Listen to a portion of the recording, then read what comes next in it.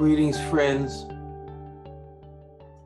There's a place in Yerushalayim where our Beis Hamikdash, the Holy Temple, used to stand. And we are wondering what happened. Why is it not yet rebuilt?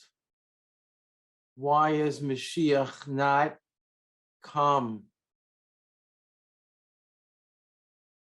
My friends, it's not so difficult to understand. Every year we read Parshas Devarim before Tisha B'Av. This is heavy medicine. The entire book of Devarim, Sefer Devarim, is a step down from the first four books of the Chumash. We now read the words of Moshe Rabbeinu, no longer the words of Hashem, the Ribono Shel Olam. Moshe is the greatest of all prophets, but he's a man. So we are already a step removed from the direct words of Hashem, which we heard in the previous four books. And what does Moshe Rabbeinu tell us? Quote, Moshe began by reminding the people of a long string of sins and rebellions that marked the 40 years since the Exodus. If they and their parents could sin when they were surrounded by miracles, surely there would be greater dangers ahead after the deaths of Moshe and Yoshua in the years, centuries, and millennia that lay ahead. This was taken from the Art Scroll commentary on the beginning of Sefer Devarim. These sins and rebellions relate to the generation of our ancestors who lived in the desert, but they were the lucky ones. The vast majority of the children of Israel never even made it out of Mitzrayim, but rather died during the plague of darkness or in the failed attempt of the members of Shevet Ephraim, the tribe of Ephraim, to leave Mitzrayim prematurely.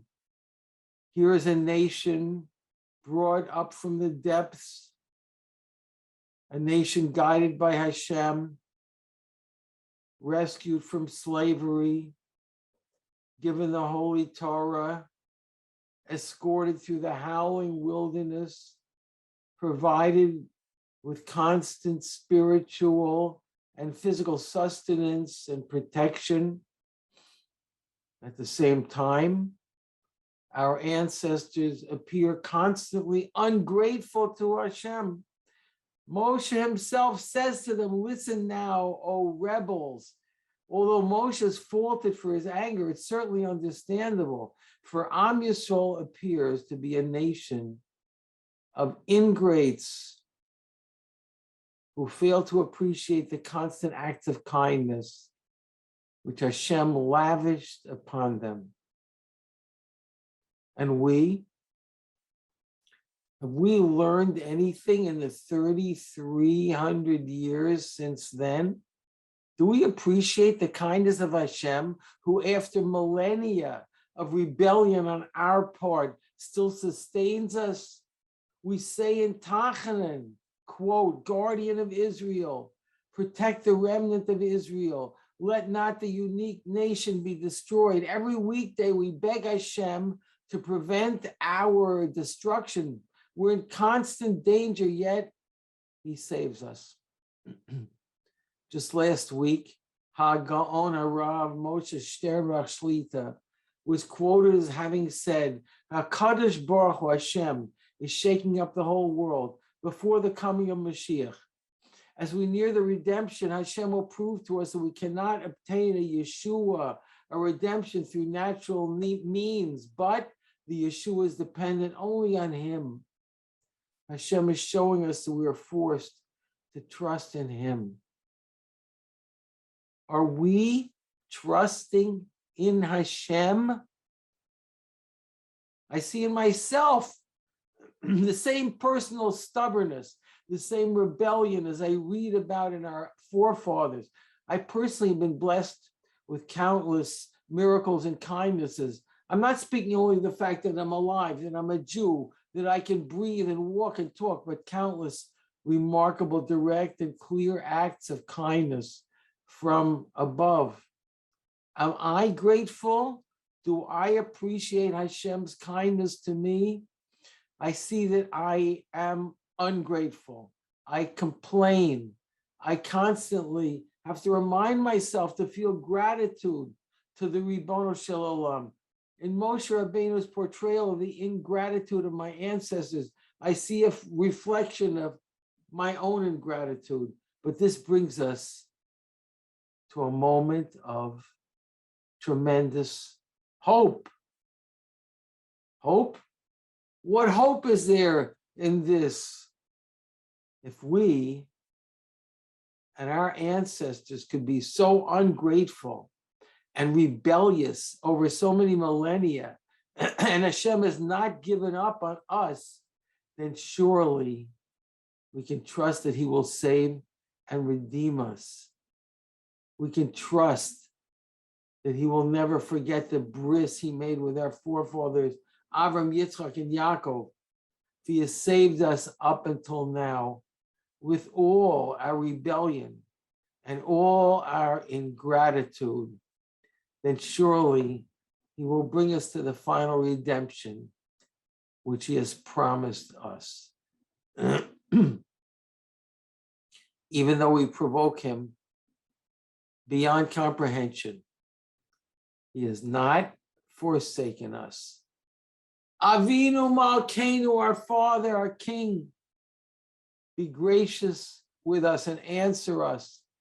Though we have no worthy deeds, treat us with charity and kindness and save us.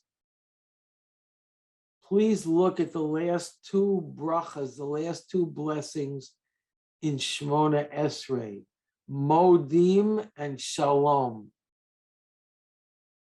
In order to reach the final bracha, Shalom, we have to say Modim. We have to express gratitude for Hashem's overwhelming kindness. Shalom comes only after we express gratitude.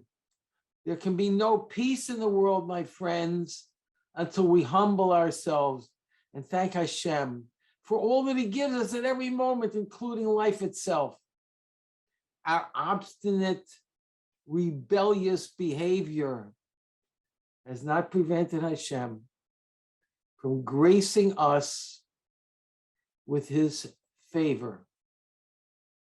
We can learn from this that just as he extricated us from Mitzrayim after we had sunk to the 49th level of degradation, so he will extricate us from this gullus, this exile.